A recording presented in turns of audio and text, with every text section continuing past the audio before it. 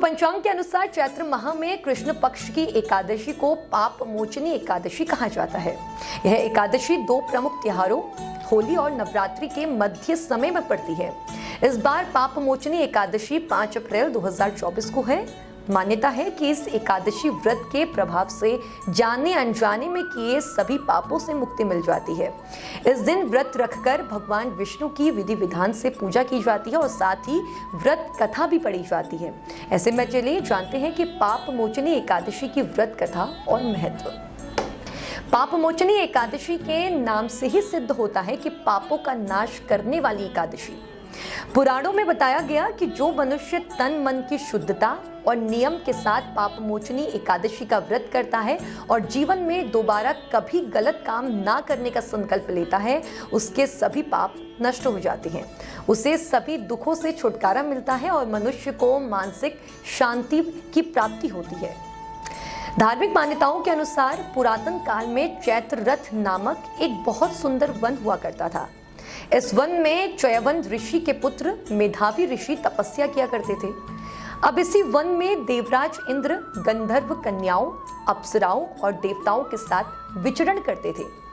मेधावी ऋषि शिव भक्त थे, लेकिन अप्सराएं और शिवद्रोही कामदेव की अनुचरी थी। इसीलिए एक समय कामदेव ने मेधावी ऋषि की तपस्या भंग करने के लिए मंजू घोषा नामक अप्सरा को भेजा।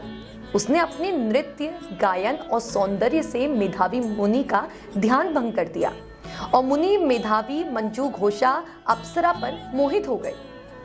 इसके बाद अनेक वर्षों तक मुनि ने मंजू घोषा के साथ विलास में समय व्यतीत किया। बहुत समय बीत जाने के पश्चात मंजू घोषा ने वापस जाने के लिए अनुमति मांगी। तब मेधावी ऋषि को अपनी भूल और तपस्या भंग होने का आत्मज्ञान हुआ। जब ऋषि को ज्ञात हुआ कि मंजू घोषा ने किस प्रकार से उनकी तपस्या को भंग किया है, तो वह क्रोधित होकर उन्होंने मंजू घोषा को पिशाचिनी होने का श्राप दे दिया। इसके बाद अप्सरा ऋषि के पैरों पर गिर पड़ी और श्राप से मुक्ति का उपाय पूछा।